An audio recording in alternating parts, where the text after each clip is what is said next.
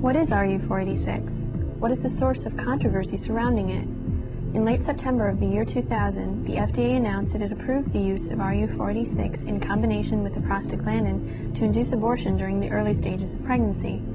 The so-called abortion pill had been used in Europe for several years, but whether it was to be used in the United States had been hotly debated by pro-choice and pro-life activists around the country. Although the pill has become a staple of media coverage, little attention has been given to the scientific studies of its safety or action. As a result, many Americans have little reliable information about the drug whose controversial nature has landed it at the center of the abortion debate. I have no idea. I haven't really heard of that before. I have no idea. I believe it's a bill for the abortion law and whether or not it should be made illegal in Michigan. It's a pill that was approved that causes miscarriages, and a lot of people call it the abortion pill. Nope. I think I remember seeing in Newsweek once that they had some kind of a spiral type thing going on. Just induces a miscarriage? I'm not really sure. I believe so. The first one makes the fetus detach from the uterine wall, and then after that it actually aborts the fetus.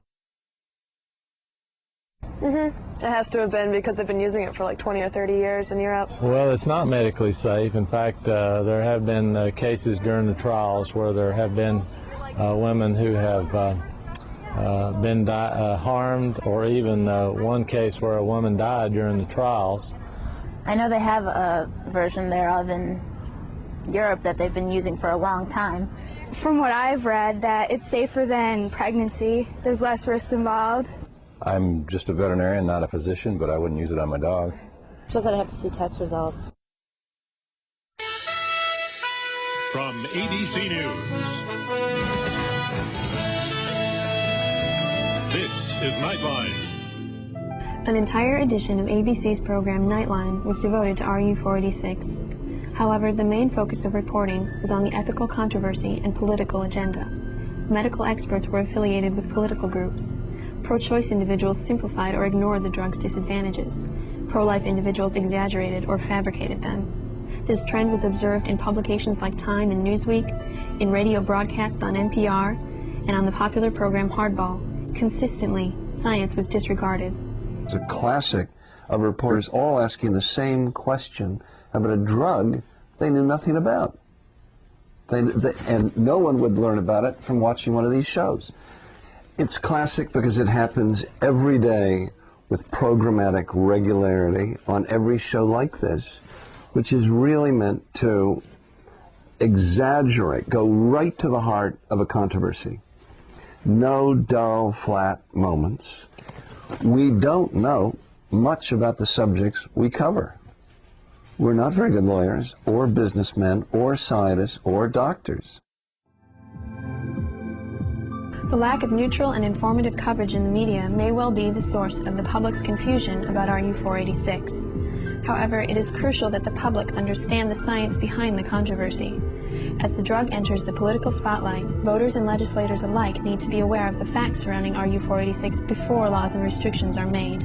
Most importantly, patients that may be considering medical abortion must have clear and concise information. For these reasons, it is necessary to answer the questions: what is RU486? Is it safe? In the media, the term RU486 refers to a combination of two drugs, mifepristone and misoprostol, which are used to induce abortion during the early stages of pregnancy. The action of these drugs depends on the functions of the hormone progesterone. Now, progesterone is aptly named because it's pro-gestation, and that's its primary function. Its primary function is to maintain pregnancy. During a normal pregnancy, progesterone attaches to receptors in the uterus, which send signals that tell the body to maintain the pregnancy. The actions of progesterone allow the developing embryo to attach to the walls of the uterus and develop into a fetus.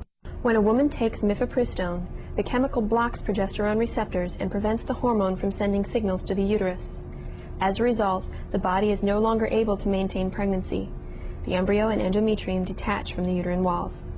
The second drug, misoprostol, is a prostaglandin that stimulates uterine contraction, causing a response similar to labor. The contents of the uterus are expelled through the vagina. The process is similar to a heavy menstrual flow. This expulsion may take as little as a few hours or as long as a few days. Misoprostol is actually a drug that's been used traditionally for ulcers, and it was found that in women that were pregnant that took it, that they had uterine contractions, and a lot of them actually miscarried their pregnancies. So now it's used kind of as an off-label use. It's been extensively studied and is found to be fairly safe and effective. In Michigan, if a woman wants to get a medical abortion or mifepristone, what she needs to do is see a doctor who provides abortion services, who is trained, or again, there is someone who is trained in abortion in the clinic or on the staff. RU486 can be used as early, really, as a pregnancy test comes back positive, which is as early as 5 days after the first missed period, and can be used all the way up until 49 days after the last period. The developing pregnancy is about an inch across at 7 weeks. At this point, the heart has actually begun to beat. The limb buds develop, facial features have started to develop, and the outlines of the hands are visible. Also, the external genitals have started to develop at 7 weeks. To obtain a medical abortion such as mifepristone, the requirements are the same as for a woman getting a surgical abortion. That includes a waiting period. She needs to wait 24 hours. She needs to receive information that contains different pictures at different gestational stages of the fetus. She needs to read information about the complications or the possible risks. If someone under the age of 18 wanted to get an abortion, either surgical or medical, she would need to either get parental permission or she would need to go through a procedure called judicial bypass, where she asks the court for permission. Medical abortions or surgical abortions are covered by some insurance policies and plans, but it just depends on the particular plan. A medical abortion costs about the same as a first trimester surgical abortion, which is about $300. The psychological effects of abortion, both surgical and RU486, are flashbacks, guilt. We have women coming in the center that we give surveys to, and they admit to increased alcohol and substance abuse. There's a lot of repression and a lot of depression associated with the abortion process. The New England Journal of Medicine reported that 15% of women required greater than 12 days to expel the contents of the uterus. The length of this process may have serious consequences on a woman's mental and emotional health. The RU486 is a pill that's taken at the doctor's office, but many times the woman will abort at home. It puts a greater responsibility on the woman versus putting the responsibility on the clinic, psychologically and physically and emotionally. Like any drug, RU486 is not without its side effects. The New England Journal of Medicine reports that some women may experience headache, dizziness, back pain, fever, vaginitis, dyspepsia, or anemia. During the process, women experience heavy cramps and bleeding, which are necessary for the abortion. In certain cases, women may be at higher risk to experience adverse effects. A study by the French Ministry of Health reported that the effectiveness of RU486 was decreased in women over the age of 35 and in women who smoke. The likelihood that a woman will experience severe side effects becomes much higher the further along in pregnancy she is. RU486 has virtually no other effects outside of what it was designed to do, and that is to